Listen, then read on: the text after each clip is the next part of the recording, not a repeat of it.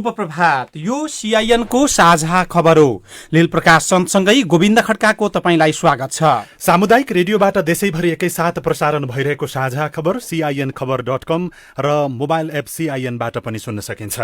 आज 2077 साल साउन 19 गते सोमबार अगस्त 3 तारिक सन् 2020 नेपाल सम्वत 1140 श्रावण शुक्ल पक्षको पूर्णिमा तिथि। आज जनै पूर्णिमा, रक्षाबन्धन, आज क्वाटी खाने दिन र संस्कृत दिवस पनि। साझा खबरमा प्रमुख खबरका शीर्षकहरू। प्लाज्मा थेरापीबाट नेपालमा पहिलो पटक कोरोना संक्रमितको उपचार। संक्रमितको संख्या भने उकालो लाग्दै 60 वर्षभन्दा माथि र 12 वर्षभन्दा कम उमेरकालाई घरबाट ननिस्किन सरकारको अनुरोध। नेकपाको विवाद संवादहीनता टुट्यो तर नयाँ विवाद थपियो। कांग्रेसमा क्रियाशील सदस्यताको चटारो, विचारभन्दा व्यक्ति केन्द्रित विवाद बढ्दै।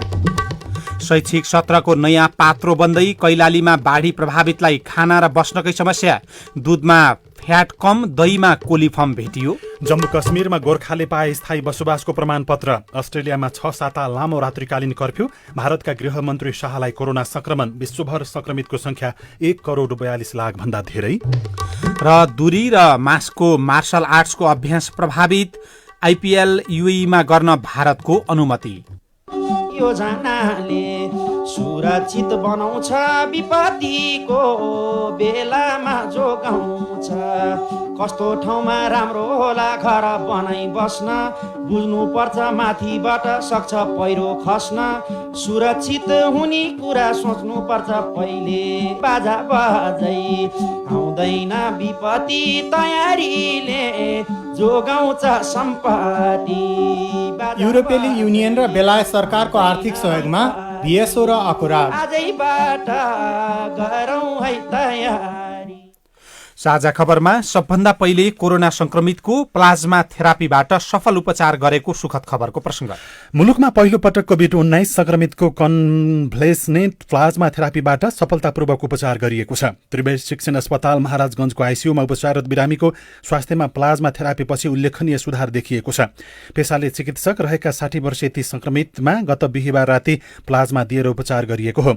शिक्षण अस्पतालको कोभिड व्यवस्थापन समितिका संयोजक एवं छातीरोग विशेषज्ञ डाक्टर सन्त कुमार दासले प्लाज्मा थेरापीको 48 घण्टापछि बिरामीको एक्सरे प्रतिवेदनमा निमोनियामा करिब 70% सुधार देखिएको CINसँग बताउनुभयो।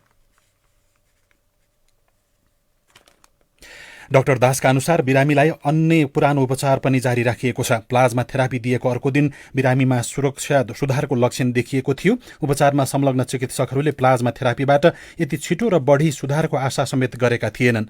प्लाज्मा थेरापी नगरिएको भए भेन्टिलेटर आवश्यक पर्न सक्ने अवस्थामा बिरामी थिए। डाक्टर दासले 1-2 दिनमा बिरामीलाई आइसियुबाट बाहिर निकालेर पुनः PCR परीक्षण गर्ने र नतिजा नेगेटिभ अर्थात् उनमा त्यो कोरोनाको संक्रमण नभएमा घर पठाइने पनि CINसँग बताउनुभयो।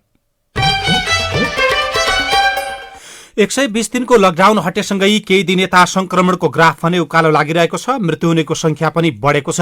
लकडाउनका बेला भेटिएका संक्रमित मध्ये अधिकांश विदेशबाट फर्किएका थिए, तर अहिले कहीँ कतै पनि भ्रमण नगरेकाहरूमा संक्रमण देखिन थालेको छ। त्यसले संक्रमण समुदाय स्तरमै पुगिसकेको आकलन समेत गर्न थालिएको छ।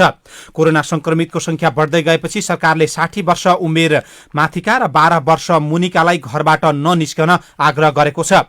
स्वास्थ्य तथा जनसंख्या मन्त्रालयले देशभरि कोरोना संक्रमितको जोखिम बढ्दै गएकाले त्यसबाट जोगिन आग्रह समेत गरेको छ। 60 वर्ष उमेर माथिकाका अधिकांशमा मधुमेह, उच्च रक्तचाप जस्ता समस्या देखिने भएकाले त्यस्तो उमेर समूहकालाई घरबाट बाहिर ननिस्किन स्वास्थ्य तथा जनसंख्या मन्त्रालयले अपील गरेको हो। 12 वर्ष उमेर तलका बालबालिकाले सामाजिक दूरी कायम गर्न नसक्ने, मास्क लगाउन पनि नसक्ने र लगाउँदा पनि लापरवाही गर्ने भएकाले पनि संक्रमणको जोखिम हुने सरकारले नै बताएको छ। संक्रमणको दर उच्च बढेसँगै सतर्कता अपनाउन विज्ञहरूले पनि भनिरहेका छन्। बितेको 24 घण्टामा 246 जना संक्रमित भेटिएसँगै नेपालमा कोरोना संक्रमितको हालसम्मको जम्मा संख्या 20,000 नाघेको छ। हिजोको तथ्याङ्क अनुसार संक्रमितको जम्मा संख्या 20,332 पुगेको स्वास्थ्य मन्त्रालयका प्रवक्ता डाक्टर जागेश्वर नागेश्वर गौतमले जानकारी दिनुभयो। 24 घण्टामा काठमाडौँ उपत्यकामा 31 जना संक्रमित थपिएका छन् भने 24 घण्टामा कोरोना मुक्त हुनेको संख्या 111 पुगेको छ। यो सँगै 14,603 जना कोरोना संक्रमित निको भएका छन्। मन्त्रालयले कोरोना परीक्षण सम्बन्धी मापदण्ड पनि परिवर्तन गर्दै अब ज्वरो, खोकी, सास फेर्न कठिनाइका साथै स्वाद तथा गन्ध थाहा नपाउनेको पनि पीसीआर परीक्षण गर्ने भएको छ। झाडा पखालाका बिरामीको पनि पीसीआर जाँच हुनेछ। मन्त्रालयका प्रवक्ता गौतमले द्रुत परीक्षण अर्थात् आरडीटी जाँच भने रोक्नको लागि निर्देशन दिइसकिएको जानकारी दिनुभयो। मिति 2077 श्रावण 14 गतेको निर्णय अनुसार कोभिड-19 निदानका लागि आरडीटी परीक्षण नगर्नका लागि सम्पूर्ण प्रदेश, स्थानीय तह तथा अस्पतालहरूलाई पुनः जानकारी गराइएको छ। देशका विभिन्न स्थानका अस्पतालमा आकस्मिक सेवा सहित अन्य सेवा प्रभावित भएको भन्ने जानकारी प्राप्त भएकोले उचित व्यवस्थापन गरी सेवा सञ्चालन गर्नु हुन जानकारी गराइन्छ। सरकारले कोरोना महामारी फैलिएको प्रदेश 2 मा उच्चस्तरीय नेतृत्वमा स्वास्थ्य कर्मीहरू पनि त्यस क्षेत्रमा पठाएको छ। संघीय सरकारले झण्डै 4 महिना लामो लकडाउन अन्त्य गरे लगत्तै प्रदेश 2 मा कोरोना संक्रमण र यसबाट भएको मृत्युको ग्राफ वात्तै बढेको छ। प्रदेशका मुख्य शहरमा क्रमशः लकडाउन र निषेधाज्ञा जारी गर्न थालिएको छ। लामो लकडाउनपछि सुरु भएको चहल पहल बिस्तारै कम हुँदै गएको छ। संक्रमितसँग सम्पर्कमा नरहेका र कुनै ट्राभल हिस्ट्री नभएका पनि संक्रमण देखिनु, अग्रपंक्तिमा खटिएका चिकित्सक, सुरक्षाकर्मी, जनप्रतिनिधि लगायतमा पनि संक्रमण हुनु, मृतकको संख्या बढ्दै जानु तथा उपचार सेवा चुस्त नहुनुले प्रदेशमा महामारी फैलावट नियन्त्रणभन्दा बाहिर गइरहेको विज्ञहरूले नै आशंका गरेका छन्। तर सीआईएनसँग कुराकानी गर्दै स्वास्थ्य मन्त्रालयका विज्ञ सल्लाहकार डाक्टर खेम कार्कीले भने समुदाय स्तरमा कोरोना अझै नफैलिएको र कोरोनाको संक्रमण बढ्नु र मृत्युदर बढ्नुमा नागरिकको पनि त्यसमा दोष रहेको टिप्पणी गर्नुभयो।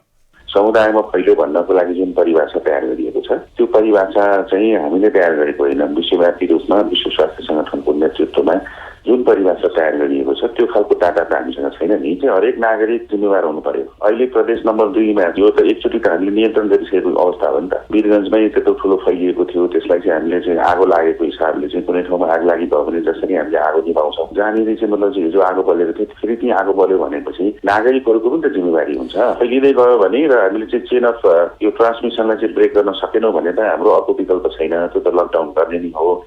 धनुषाको जनकपुर उपमहानगरपालिका सहित केही स्थानमा आज साँझदेखि निषेधाज्ञा जारी गर्ने तयारी भएको प्रमुख जिल्ला अधिकारी प्रेम भट्टराईले जानकारी दिनुभएको छ। बारा, पर्सा लगायतका जिल्लामा यसैका कारण मृत्युदर बढ्दै गएको छ भने बृहत जाँचका क्रममा संक्रमित बढ्दै जाँदा समुदायमा संक्रमण फैलिएको पनि स्थानीय चिकित्सक र जनप्रतिनिधिहरूले भनिरहेका छन्। सरकारले विद्यार्थीको समय खेर जान नदिने गरी चालू शैक्षिक सत्रको नयाँ क्यालेण्डर अथवा नयाँ पात्रो बनाउने गृह कार्य थालेको छ। भदौ 1 गतेबाट नयाँ विद्यार्थी भर्ना लगायतका कक्षा सञ्चालनको सकारात्मक र गर्न सकिने तयारी जुटेपछि सरकारले त्यसको गृह कार्य पनि अगाडि थालेको हो। शैक्षिक सत्रलाई व्यवस्थापन गर्न नयाँ पात्रो बनाउने गृह कार्य अगाडि बढाएको सरकारले बताएको छ। कोभिड-19 का कारण विद्यालयहरू बन्द छन्। थप 180 दिन पढाउन नसकिने भएकाले सरकारले नयाँ पात्रो बनाउने तयारी गरिरहेको छ। भदौ 1 गतेबाट विद्यार्थी भर्ना, परीक्षा सञ्चालन, नतिजा प्रकाशन गर्न विद्यालयलाई सरकारले अनुमति दिएको छ। तर कक्षा सञ्चालन भने त्यसको टुङ्गो लागिसकेको छैन। कोरोना रोकथाम तथा नियन्त्रण का लागि भन्दै विद्यालयहरू बन्द हुँदा विद्यार्थीहरू अहिले घरमै बसिरहेका छन्। 70% हाजिरी भएमा विद्यार्थीको न्यूनतम सिकाइ पूरा भएको मानिने गरी कार्यतालिका पाठ्यक्रम परिवर्तन गर्न लागेको पाठ्यक्रम विकास केन्द्रका निर्देशक गणेश प्रसाद भट्टराईले सीआईएनलाई बताउनुभयो। यस्तो महामारीको बेलामा चाहिँ अब अहिले कुनै पढाइ भएन, स्कुलमा फेस टु फेस पढाइ हुन नसकेको अवस्थामा उनीहरूले सिकेका, अन्यत्र सिकेका, जस्तो अनलाइनबाट सिकेका कुराहरू पनि त्यसको क्रेडिटभित्र पर्छन्। त्यसमा पर्यो भने चाहिँ शैक्षिक सत्रमा उनीहरूले न्यूनतम उपलब्धि हासिल भइसकेर नै हुन्छ। पढाउने मात्रै मेरो काम होइन, त्योभन्दा भिन्न कुराहरू पनि मेरा छन् भनेर शिक्षक साथीहरूले अलिकति शिक्षण विधिमा परिवर्तन गर्नुभयो भने त्यसबाट चाहिँ सिकाइ उपलब्धि पुरा हुन सक्छ। शैक्षिक सत्रमा बालबालिकाले घरमै बसेर सिकेको कुरालाई पनि सिकाइका रूपमा लिएर मूल्याङ्कन गर्ने गरी पनि तयारी भइरहेको छ। यस वर्ष शैक्षिक सत्र सुरु भएपछि सार्वजनिक बिदा कटौती गरी अतिरिक्त कक्षा सञ्चालन गर्दै लैजाने योजनामा पनि शिक्षा मन्त्रालयले तयारी गरिरहेको मन्त्रालयका प्रवक्ता दीपक शर्माले सीआईएनलाई बताउनुभयो। वैशाखदेखि सुरु भएको शैक्षिक सत्रमा सार्वजनिक र साप्ताहिक बिदा कटाएर 200 दिन विद्यालय सञ्चालन हुन्छ। प्रधानमन्त्री निवास बालुवाटारमा साउन 13 गते बहुमत स्थायी कमिटी सदस्यहरूको बैठक भएपछि नेकपा अध्यक्ष बीच देखिएको संवादहीनता तोडिएको छ। यसलाई प्रधानमन्त्री एवं अध्यक्ष केपी शर्मा ओली र अर्का अध्यक्ष पुष्पकमल दाहालले नयाँ सिराबाट संवादको थालनी र गतिरोधमा आइस ब्रेक भन्नुभएको छ। अध्यक्ष द्वय ओली र दाहालले 13 गते बालुवाटारमा छुट्टा छुट्टै बैठक गरे यता आपसमा छलफल समेत भएको थिएन। जति सक्दो छिटो समस्या समाधान गरौँ भनेर छलफलको सुरुवात भएको छ। हिजोको बैठकमा सहभागी सचिवालय सदस्यले बताएका छन्। दाहाल पक्षी नेताहरूको 13 गतेको बैठकले स्थायी कमिटी बैठक नियमित गर्न ओलीसँग संवाद जारी राख्न दाहाललाई म्यान्डेट दिएको थियो। हिजोको बैठकमा सहभागी नेता सुभाष चन्द्र नेमाङले पनि बैठक सकारात्मक रूपमा अगाडि बढेको सीआईएनसँग बताउनुभयो। केही दिन अगाडि स्थायी कमिटीको बैठक स्थगन र स्थायी कमिटीका केही साथीहरूको छुट्टै भेलाले उत्पन्न जुन जटिलता थियो त्यस पश्चातको संवादहीनतालाई दुई अध्यक्ष बीचको वार्ताले त्यसलाई तोडेको छ। तर तपाईहरुको यो छलफलमा चाहिँ माधव नेपाल अथवा उहाँको पक्षको कोही पनि देखिएन, यस्तो चाहिँ किन? सबभन्दा पहिलो त एउटा म प्रश्न गरौँ, केपी ओली, पुष्पकमल दाहाल, प्रचण्ड, वरिष्ठ नेता झलनाथ खनाल र म, हामी कुनै एउटा व्यक्तिलाई कुनै एउटा पक्षलाई प्रतिनिधित्व गर्दैनौँ। हामी नेकपा पक्षीय हौँ, एउटा कुरा। दोस्रो कुरा म सदा सर्वदा भन्ने गरेको छु, केपी ओली हिजो नेकपा एमालेको महाधिवेशनबाट निर्वाचित अध्यक्ष, प्रचण्ड माओवादी केन्द्रको महाधिवेशनबाट निर्वाचित अध्यक्ष। यिनीहरूले कम्युनिस्ट पार्टीको दुईटा उत्कर्षलाई प्रतिनिधित्व गर्छन्। त्यसैले यी दुई अध्यक्षको बीचमा सहमति भनेको यो दुईटा उत्कर्ष बीचको सहमति हो। त्यसैले यो गुट र उपगुटको कुरा होइन, दुई अध्यक्ष बीचको सहमतिको कुरा हो। तर राजनीतिक बजारमा चाहिँ माधव नेपाल इतरको पक्षहरूको छलफल भयो र सहमति गरेर उहाँलाई एक्ल्याएर जान खोजियो भन्ने चर्चा छ, त्यसलाई चाहिँ के भन्नुहुन्छ? त्यो गलत कुरा हो, त्यसको कुनै आधार छैन र दुई अध्यक्षको बीचमा सहमति भनेको त्यसभित्र हामी सबै पर्छौँ भन्ने कुरा बुझ्नुपर्छ। नेकपा भित्र मात्रै होइन, कांग्रेसमा पनि व्यक्ति केन्द्रित द्वन्द्व झन बढ्दै गइरहेको छ। कांग्रेसभित्र अहिले देखिएको द्वन्द्वमा विचार र सिद्धान्तको कतै चर्चा छैन।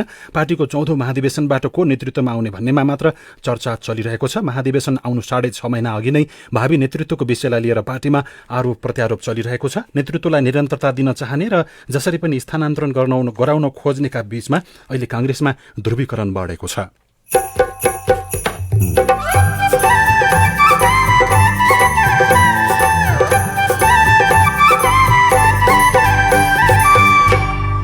सामुदायिक सूचना नेटवर्क सीआईएन मार्फत देशैभरि प्रसारण भइरहेको साझा खबरमा विभिन्न सरकारी निकायलाई जिम्मेवार बनाउँदै नागरिक र जवाबदेही हुँदै स्थानीय र विभिन्न जिम्मेवार निकाय।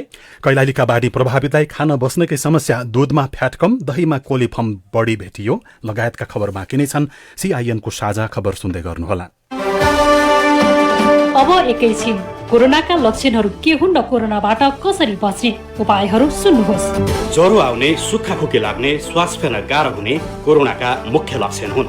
त्यसो भए कोरोनाबाट कसरी जोगिने त? कोरोना भाइरस रोगलाई थप फैलिन नदिन बेला बेलामा साबुन पानीले मिची कम्तीमा 20 सेकेन्डसम्म हात धुने, बाहिर निस्कदा मास्क लगाउने, खोक्दा, हाछ्यौ गर्दा हात वा कुहिनाले नाकमुख छोप्ने। यो सँगसँगै जथाभावी नथुक्ने, भिडभाडमा नजाने, अर्को व्यक्तिसँग कम्तीमा 1 मिटरको दूरी कायम राख्ने अनि मानिसहरू भेला गरी सामाजिक वा धार्मिक कार्य नगर्ने र त्यस्तो ठाउँमा नजाने। ढुक्क हुनुहोस्, यति गर्न सके कोरोना हाम्रो वरिपरि आउनै नसक्ने। थप जानकारीको लागि 1115 वा 1133 मा सम्पर्क गर्नुहोला। नेपाल सरकार स्वास्थ्य तथा जनसङ्ख्या मन्त्रालय, USAID तथा युनिसेफ द्वारा जनहितमा जारी सन्देश। सुत्केरी समय एक विशेष अवस्था हो। कोरोना भाइरस कोभिड-19 महामारीको समयमा यस अवस्थालाई अझ बढी ध्यान दिनुपर्छ। सुत्केरीलाई पनि कोरोना भाइरसको संक्रमण हुन सक्छ। जुनसुकै अवस्थामा पनि सुत्केरीलाई विशेष हेरचाह र स्याहार चाहिन्छ।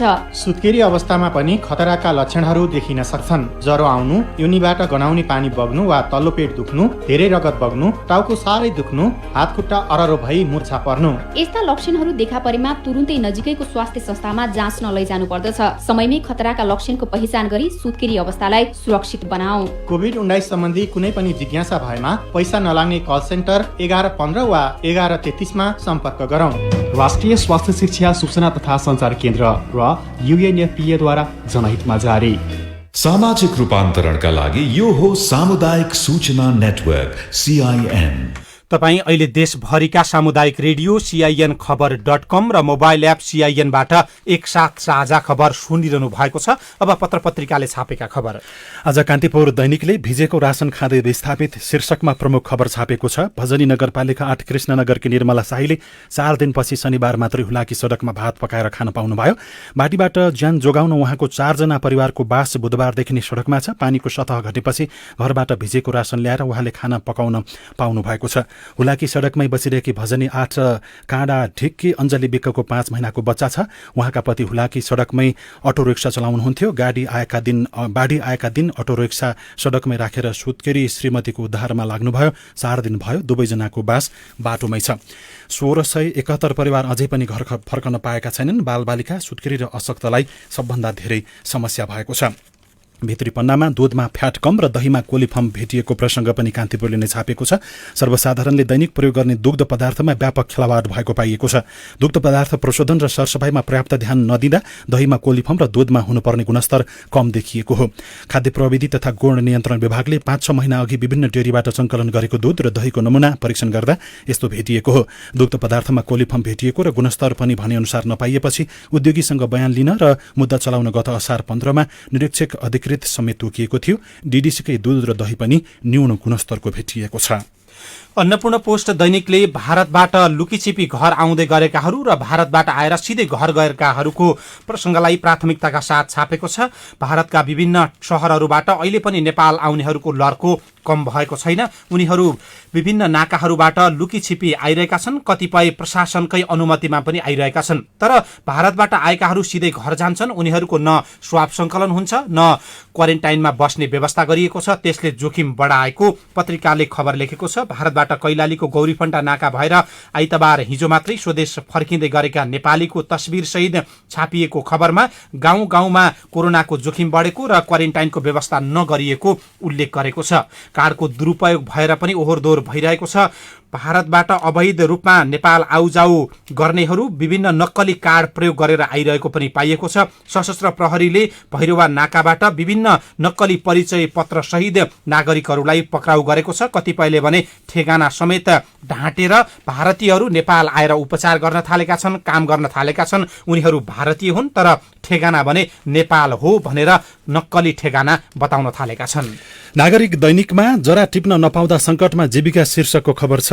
सुरमा गाउँपालिका 2 अन्नाकी कमला बोहरा साउनी छरीमा पनि दाउरा बेचेर जीविका चलाउँदै हुनुहुन्छ। यो बझाङको प्रसङ्ग हो। यसरी छरीको प्रवाह नगरी दाउराको भारी बोकेर सदरमुकाम चैनपुर पुगी जसोतसो बेचबिखन गरेर परिवारको गुजारा चलाउनु पर्ला भन्ने उहाँले कहिल्यै सोच्नु भएको थिएन। लेकमा पाइने यार्सा गुम्बा टिपेर वर्षभरिका लागि चाहिने खाद्यान्न लुगा कपडा र छोराछोरीका लागि पढाइमा खर्च गर्ने सुरमावासी 2076 चैत दोस्रो सातादेखि लकडाउन जारी भएसँगै आवत जावतमा समेत रोक लागेपछि लेकमा गएर यार्सा गुम्बा सङ्कलन गर्न नपाउँदा आर्थिक समस्यामा परेको जगत खड्काले बझाङबाट लेख्नु भएको छ।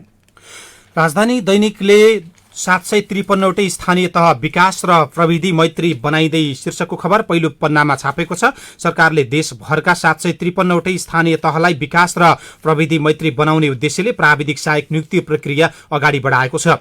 केन्द्रीय सरकारको श्रम रोजगार तथा सामाजिक सुरक्षा मन्त्रालय अन्तर्गत रहेको प्रधानमन्त्री रोजगार कार्यक्रम मार्फत सञ्चालित रोजगार सेवा केन्द्रका लागि प्राविधिक सहायक नियुक्ति प्रक्रिया अगाडि बढाउने तयारी भइरहेको छ। त्यसले रोजगारको नयाँ अवसर खोल्नेछ। अनुभवी प्राविधिक मार्फत विकास आयोजनाहरू सञ्चालन हुनेछन्। विकास योजना र प्रविधिमा सघाउन नयाँ बाटो खुल्ने पनि पत्रिकाले खबरमा उल्लेख गरेको छ। अनुदान बजेट बढे पनि समस्या उस्तै शीर्षकको खबर पनि छ। सहज रूपमा मल आपूर्ति गर्न सरकारले रासायनिक मल अनुदानमा हरेक वर्ष बजेट बढाउँदै गए पनि किसानले अत्यावश्यक समयमा मल पाउन सकेका छैनन्। बर्खे धान बालीको यो समयमा किसानले रासायनिक मलको चरम अभाव झेल्दै आएका छन्। यसले सरकारप्रति किसानको विश्वास त घटाएको छ। रासायनिक मलमा झेल भइरहेको अर्को प्रसङ्ग पनि बाहिर ल्याएको खबरमा उल्लेख छ। नयाँ पत्रिका दैनिकले राष्ट्रिय गौरवको बुढीगण्डकी लगायत आयोजना अलपत्र पार्ने एजेन्टलाई लगानी बोर्डको CEO बनाउने तयारी भएको प्रसङ्गलाई छापेको छ। राष्ट्रिय गौरवको बुढीगण्डकी जलविद्युत आयोजना लगायत नेपालको पूर्वाधार विकासका दर्जनौं योजना अलपत्र पार्ने एजेन्टलाई सरकारले लगानी बोर्डको प्रमुख कार्यकारी नियुक्त गर्ने प्रबन्ध गरेको छ। सुशील र दीपक भट्टले सेना र प्रहरीको राशन हतियारदेखि विद्युत उत्पादन र प्रसारणको ठेकामा हात हालेका छन्। आयोजनाको भविष्य अन्धकार पार्दै आएका सुशीललाई सरकारले नेपालको पूर्वाधार विकासको सारथी मानिएको नेपाल लगानी बोर्डको प्रमुख कार्यकारी नियुक्त गर्ने तयारी गरेको हो। यसअघि वर्तमान गभर्नर महाप्रसाद अधिकारी यो जिम्मेवारीमा रहनुभएको थियो। अर्थमन्त्री डाक्टर युवराज खतिवडा नेतृत्वको समितिले सिफारिस गरेका 3 जना मध्ये 1 जना सुशील पर्नुभएको छ। 1200 मेगावाटको बुढी गण्डकी आयोजना अलपत्र हरेक वर्ष 65 अर्बको क्षति हुने गरेको पाइएको छ। इनफ इज इनफ अभियन्ता र सरकारबीच वार्ता भएको प्रसङ्ग पनि छ। उप प्रधानमन्त्री एवं रक्षा मन्त्री ईश्वर पोखरेलले कोभिड-19 नियन्त्रणमा भएका कमजोरी सच्याउने र माग पूरा गर्ने भन्दै अनसन तोड्न आह्वान गर्नुभएको छ। उहाँले आन्दोलनका सबै कार्यक्रम फिर्ता लिन पनि अनुरोध गर्नुभयो। अभियानका अभियन्तासँग हिजो सिंहदरबारमा भएको छलफलमा पोखरेलले स्वास्थ्य सामग्री खरिदमा कमजोरी भएको स्वीकार्नुभयो। अचानक लकडाउन गर्नुपर्ने अवस्था आयो। देशभर क्वारेन्टाइन जस्ता संरचना तयार गर्नुपर्ने थियो। G2Gबाट स्वास्थ्य सामग्री खरिद गर्न खोज्दा पनि नसकिएको हुँदा सकारात्मक सरकारका तर्फबाट कमी कमजोरी भएको उहाँले स्वीकार्नु भएको छ। अब विदेशका खबर। विश्वभरि कोरोना भाइरस कोभिड-19 को संक्रमण बढ्दै जाँदा विश्वका विभिन्न देशहरू फेरि लकडाउन र कर्फ्यूतिर फर्किन थालेका छन्। कोरोना भाइरस कोभिड-19 को संक्रमण लगातार बढेपछि अस्ट्रेलियाको भिक्टोरिया राज्यमा टेस्ट अफ डिजास्टर घोषणा गरिएको छ। आइतबार हिजो साँझ 6 बजेदेखि सुरु भएको यो घोषणासँगै मेलबर्नमा 6 साताका लागि रात्रिकालीन कर्फ्यूको पनि घोषणा गरिएको छ। भारतमा पनि कोरोना भाइरस संक्रमण बढ्दै गएको छ। उच्च तहका व्यक्तिमा पनि संक्रमण देखिन थालेको छ। भारतको केन्द्र सरकारका गृहमन्त्री अमित शाहलाई कोरोना संक्रमण भएको छ। भारतीय जनता पार्टीका पूर्व अध्यक्ष समेत रहनुभएका मोदी सरकारका शक्तिशाली मन्त्री शाहले ट्वीट मार्फत आफूलाई कोरोना देखिएको सार्वजनिक गर्नुभएको छ। तर यसअघि कोरोना भाइरसको संक्रमण रहनुभएका भारतका चर्चित अभिनेता चलचित्रकर्मी अमिताभ बच्चन भने कोरोना संक्रमण मुक्त हुनुभएको छ। भारतकै प्रसंगमा नरेन्द्र मोदी नेतृत्वको सरकारले जम्मू कश्मीरको विशेषाधिकार अन्त्य गरेको हिजो 1 वर्ष पुग्दैछ। गत वर्ष भारत सरकारले संविधानमा रहेको धारा 370 र 35 खारेज गरेको थियो। उनीहरूले स्थायी बसोबास पाएका थिएनन्। जम्मू कश्मीरमा गोर्खाले अब स्थायी बसोबासको प्रमाणपत्र पाउने भएका छन्। प्रमाणपत्र पाउनेमा 3,70,000 मध्ये 700 भन्दा बढी गोर्खा समुदायका व्यक्ति छन्। अब खेलकुदको खबर। कराते खेलाडी रश्मि पाण्डे बिहान रनिङ र व्यायामसँगै काथा अभ्यास गरेर दिनको सुरुवात गर्नुहुन्छ। यति त धेरै सर्वसाधारणले दैनिक गरिरहेकै हुन्छन्। खेलाडीका हिसाबले घरमा गरिने अभ्यास पर्याप्त नभएको उहाँले महसुस गर्नुभएको छ। सानो छँदा एकअर्कालाई हिर्काउने पनि खेल हुन्छ भन्ने लाग्थ्यो। अहिले मार्शल आर्टबाटै उहाँको परिचय बनिसकेको छ। कोभिड-19 का कारण लकडाउनले उहाँको खेल क्षमता खुम्च्याइदिएको छ। दूरी र मास्कले मार्शल आर्ट्सको अभ्यास प्रभावित बनेको छ। स्विमिङ लेभल 1 कोर्स सम्पन्न भएको छ। नेपाल ट्रायथलन संघको आयोजना तथा वर्ल्ड कोचेस एकाडेमीको सहयोगमा अनलाइन स्विमिङ लेभल 1 को कोर्स सम्पन्न भएको छ। कोर्समा ट्रायथलन र पौडीसँग सम्बन्धित 25 प्रशिक्षकहरूले सहभागिता जनाएका थिए। नेपाल क्रिकेट संघ क्यानले राष्ट्रिय पुरुष क्रिकेट टोलीको बन्द प्रशिक्षणमा 24 खेलाडीलाई बोलाउने तयारी गरेको छ। क्यानले राष्ट्रिय क्रिकेट टोलीलाई भदौ 1 गतेदेखि प्रशिक्षणमा राख्ने तयारी गरेको हो। भारत सरकारले Indian Premier League IPL T20 cricket UAE-मा आयोजना गर्नका लागि अनुमति दिएको छ। आइपीएलको गभर्निङ बडीले आइतबार भारत सरकारबाट UAE-मा आइपीएल आयोजनाका लागि अनुमति पाएको हो। सरकारको अनुमति पाएसँगै 13औं संस्करणको आइपीएल UAE-मा हुने पक्का भएको छ। भारतीय क्रिकेट नियन्त्रण बोर्ड BCCI-ले आइपीएल सेप्टेम्बर 19बाट नोभेम्बर 10 सम्म हुने बताइसकेको छ। यस्तै आइपीएलको गभर्निङ बडीले हरेक टिममा 24 खेलाडी राख्न पाइने नियम समेत बनाएको छ। नागरिकका प्रश्न, जिम्मेवार निकायका जवाब, प्रश्न उत्तर श्रृंखला, अरू खबर र कार्टुन पनि बाँकी नै छ। CIN को साझा खबर सुन्दै गर्नुहोला।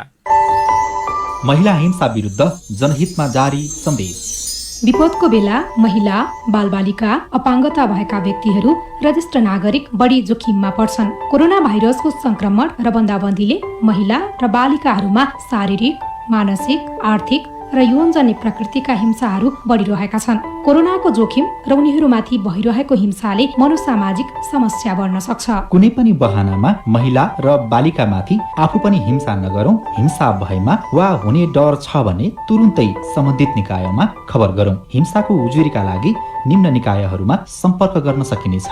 राष्ट्रिय महिला आयोग 1145, बाल हेल्पलाइन 1098 र 1177 मा खबर गरौं। वर्ल्ड भिजन इन्टरनेशनल नेपालबाट जनहितमा जारी सन्देश। पवन कलीसँग कोरोनाका कुरा। नमस्ते, सन्चै हुनुहुन्छ? क्यारा लानुभयो घरमा? ये मेरो अत्यास लाग्छ, मेरो यादले सतानी म त आइहाले क्यारे, म पवन कली नि सन्चै छु। नेपाल सरकार स्वास्थ्य तथा जनसङ्ख्या मन्त्रालय, राष्ट्रिय स्वास्थ्य शिक्षा सूचना तथा सञ्चार केन्द्र, सेभ द चिल्ड्रेन र सामुदायिक सूचना नेटवर्क CIN को प्रस्तुति। शनिबार बिहान 7:15 देखि 7:30 सम्म सामुदायिक सूचना नेटवर्क CIN मार्फत देशैभरिका सामुदायिक रेडियोहरू, युट्युब र सामाजिक सञ्जालहरूबाट हेर्न र सुन्न सकिन्छ। पवन कलीसँग कोरोनाका कुरा। सामाजिक रूपान्तरणका लागि यो हो सामुदायिक सूचना नेटवर्क CIN। साझा खबरमा अब नागरिकको प्रश्न र सरकारवाला निकायको जवाब। 3 तहको सरकार गठन भइसकेपछि स्थानीय नागरिकले विकास निर्माणका साझेदारका रूपमा स्थानीय सरकार र जनप्रतिनिधिलाई लिएका छन्। तर अहिलेसम्मको अभ्यास हेर्दाखेरि यो विकास निर्माण पारदर्शी नभएको र सेवा सुविधा सोचे जसरी नपाएको नागरिकहरूको गुनासो आउने गरेको छ। प्रश्नोत्तर श्रृङ्खला अब गीता चिमुरियाबाट। नमस्कार, म चौरजारी नगरपालिकादेखि मनसरी दमाईको छोरा इन्द्रबहादुर परियार बोलिरहेको छु। हाम्रो घर सानो छुप्रो थियो, त्यही पनि ठूलो पानी परेका कारण चुहिएर जरैदेखि भत्किसकेको छ।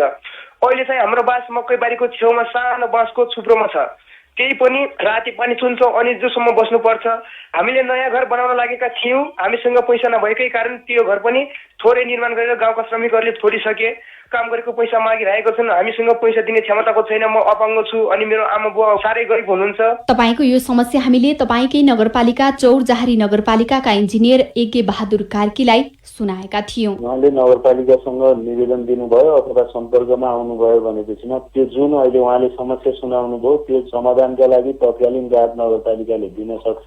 घर बनाउँदैछु भन्नुभयो, एउटा जनता आवास कार्यक्रम भन्ने यहाँ लागू छ।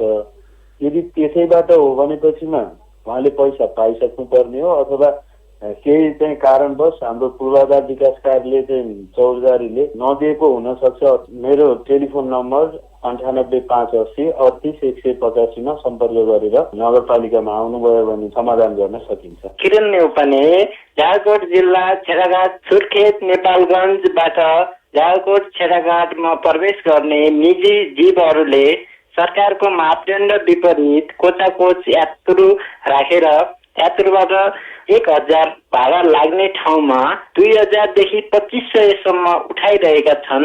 यसको छानबिन कसले गर्ने होला? जवाफ दिँदै हुनुहुन्छ जिल्ला ट्राफिक प्रहरी कार्यालय जाजरकोटका प्रमुख जगदीश अयर। धन्यवाद तपाईलाई क्वेशनको लागि। सरकारले दिएको मापदण्ड अनुसार कारबाही गरिरहेका छौँ है। ती गाडीहरूको नम्बर हामीलाई उपलब्ध भयो भने हामी झन् पढाइका साथ कारबाही पनि गर्छौँ। 4-5वटा गाडीहरू त्यस्ता 1500 को दलले हामीले कारबाही पनि गरिरहेका छौँ, सम्झाइ बुझाइ पनि गरिरहेका छौँ। तपाईँ स्वयं गाडीमै हुनुहुन्छ भने 100 मा गरे पनि हुन्छ। जाजरकोटको हकमा मेरो नम्बर मैले गरे पनि हुन्छ 98587 90077 98587 90077 मा सिधै सम्पर्क गर्दा पनि हामी एकदमै तुरुन्तै नियन्त्रणमा लिएर कारबाही पनि गर्ने। नमस्कार, म रविता कुमारी माली, प्रदेश नम्बर 2 रौतहट जिल्ला दुर्गा भगवती गाउँपालिका 1 देखि बोल्दैछु। म दृष्टिहीन महिला हुँ। मैले पहिलेदेखि खाइपाई आएको भत्ता 2075 साल फागुनदेखि आजसम्म मैले पाएको छैन। गाउँपालिकामा सोध्न जाँदा तिम्रो बिहे परोहा नगरपालिकामा भयो, त्यही भएर तिमी परोहामा खोज भन्नुहुन्छ। परोहामा सोध्न जाँदा होइन, तिम्रो त त्यही भत्ता निष्कासन भएको छ, ती खोज्नुपर्छ भन्नुहुन्छ। हामी दुवैजना दृष्टिहीन हौ। यो अन्याय म माथि भइरहेको छ, अब न्याय कसरी पाउन सक्छु भनेर यस विषयमा हामीले रौतहटको दुर्गा भगवती गाउँपालिकाका अध्यक्ष अरुण कुमार शाहसँग कुराकानी गरेका छौं। सम्बन्धित मान्छेले मसँग भेटेकै छैन, आजसम्म भेटेको छैन। एकचोटि मलाई फोन गरे त्यो बेलादेखि आजसम्म भेटेकै छैन। कार्ड त आउनु पर्यो नि, कार्ड कहाँबाट इस्यु छ, अहिले के छ त्यो अवस्था, अनि बल्ल त्यो हेरिदिने हो। त्यो निकासा भएको छैन भने सम्बन्धित पालिकामा त्यो परोहा नगरपालिकाबाट पहल गरेर उलाई त्यो दिलाइदिन्छ नि त। तपाईको सजिलोको लागि गाउँपालिकाका अध्यक्षको मोबाइल नम्बर 98550 21441 98550 21441 यो नम्बरमा फोन गर्नुहोस् र आफ्नो समस्या सुनाउनुहोस्। यदि समस्याको समाधान भएन भने तपाईले सीआईएनमा फेरि फोन गर्न सक्नुहुनेछ। नमस्ते, मेरो नाम भविष्य पाण्डे, सुर्खेत जिल्लाको गुरुबागन नगरपालिकादेखि। प्रहरी समायोजनमा किन ढिला भइरहेको छ र बाँकी रहेको अन्तर्वार्ता कहिलेसम्म हुन्छ होला? जवाफ दिँदै हुनुहुन्छ नेपाल प्रहरीका प्रवक्ता प्रहरी वरिष्ठ उपरीक्षक कुबेर कडायत। समायोजनको प्रक्रिया अगाडि बढेको छ। त्यही दिन अगाडि पनि अब यो छलफल प्रेजेन्टेसनका कामहरू मन्त्री स्तरमा भइसकेको छ। अब यसले पूर्णता पाउँछ, छिटै यो सुरु पनि हुन्छ। हाम्रा भित्री आन्तरिक क्रियाकलापहरू हामीले समायोजनका धेरै कामहरू गरिसकेको अवस्था पनि हो। इन्टरभ्यूको कुरो सम्भवतः भदौमा चाहिँ सुरु गर्छौँ। उहाँहरूलाई नआत्तिन अनुरोध गर्छौँ। हामी त्यो प्रक्रिया चाहिँ अगाडि बढ्छ। तपाईँ जुनसुकै बेला हाम्रो फोन नम्बर 015260 मा फोन गरेर आफ्ना प्रश्न रेकर्ड गर्न सक्नुहुनेछ। हामी साझा खबरको अन्त्यमा आएका छौं। भर्खरै प्राप्त खबर अनुसार गए रातिको अविरल वर्षाले पहिरो जाँदा मेलम्ची 11 मा 8 जना बेपत्ता भएका छन्। प्रदेश सरकारले निर्माण गर्न लागेको कभर्ड हल निर्माण गर्दै गरेका कामदार बसेको घर पहिरोले पुरिँदा 8 जना बेपत्ता भएका हुनु भने 1 जनाको उद्धार भइरहेको इलाका प्रहरी कार्यालय मेलम्चीका प्रहरी निरीक्षक फलबहादुर तामाङको भनाई उद्धृत गर्दै रेडियो मेलम्चीले खबर पठाएको छ। अहिले नेपाली सेना, नेपाल प्रहरी र सशस्त्र प्रहरीले उद्धार गरिरहेको छ। यो खबरसँगै हामी साझा खबरको अन्त्यमा आइपुगेका छौं। सामुदायिक रेडियो प्रसारक संघद्वारा सञ्चालित सीआईएनको बिहान 6 बजेको साझा खबर सक्नु अघि मुख्य खबर फेरि एकपटक। प्लाज्मा थेरापीबाट नेपालमा पहिलो पटक कोरोना संक्रमितको उपचार। संक्रमितको संख्या भने उकालो लाग्दै 60 वर्षभन्दा माथि र 12 वर्षभन्दा कम उमेरकालाई घरबाट ननिस्किन सरकारको अनुरोध। नेकपाको विवाद संवादहीनता टुट्यो तर नयाँ विवाद थपियो। कांग्रेसमा क्रियाशील सदस्यताको चटारो, विचारभन्दा व्यक्ति केन्द्रित विवाद बढ्दै। शैक्षिक सत्रको नयाँ पात्रो बन्दै कैलालीमा बाढी प्रभावितलाई खाना बस्नकै समस्या। दूधमा फ्याट कम, दहीमा कोलिफर्म भेटियो। जम्मू कश्मीरमा गोर्खाले पाए स्थायी बसोबासको प्रमाणपत्र। अस्ट्रेलियामा 6 साता लामो रात्रिकालीन कर्फ्यू। भारतका गृहमन्त्री शाहलाई कोरोनाको संक्रमण। र मास्क लगाउनु पर्ने बाध्यता र दूरी कायम गर्नुपर्ने बाध्यताले मार्शल आर्ट्सको अभ्यास भने प्रभावी। साझा खबरको अन्त्यमा पालो आएको छ कार्टुनको। राजधानी दैनिकमा उत्तम नेपालले बनाएको कुरी शीर्षकको कार्टुन लिएका छौं। यो कार्टुनमा नेकपाभित्रको विवाद र राजीनामा मागेका कारण प्रधानमन्त्रीलाई परेको अप्ठ्यारोलाई यो कार्टुनले व्यङ्ग्य गरेको छ। प्रधानमन्त्री एउटा सोफामा बसिरहनु भएको छ र एकजना नजिकै फाइल बोकेका व्यक्तिले केही सुझाव दिएको जस्तो देखिन्छ। चिन्तित अवस्थामा रहेका प्रधानमन्त्रीलाई ती व्यक्तिले भनेका छन्। तल चाहिँ यस्तो लेखेको छ, बरु यही राजीनामा माग्नेहरूलाई बालुवाटारमा प्रवेश निषेध भनेर सूचना टाँच्ने हजुर। हवस् त प्राविधिक साथी सुभाष पन्तलाई धन्यवाद। अहिलेलाई गोविन्द खड्का र लील प्रकाश चन्द बिदा भयौं। तपाईको आजको दिन शुभ होस्। नमस्कार। यसपछि देशभरिका सामुदायिक रेडियोबाट कार्यक्रम प्राप्तिका लागि प्रयास प्रसारण हुनेछ। सुन्ने कोसिस गर्नुहोला।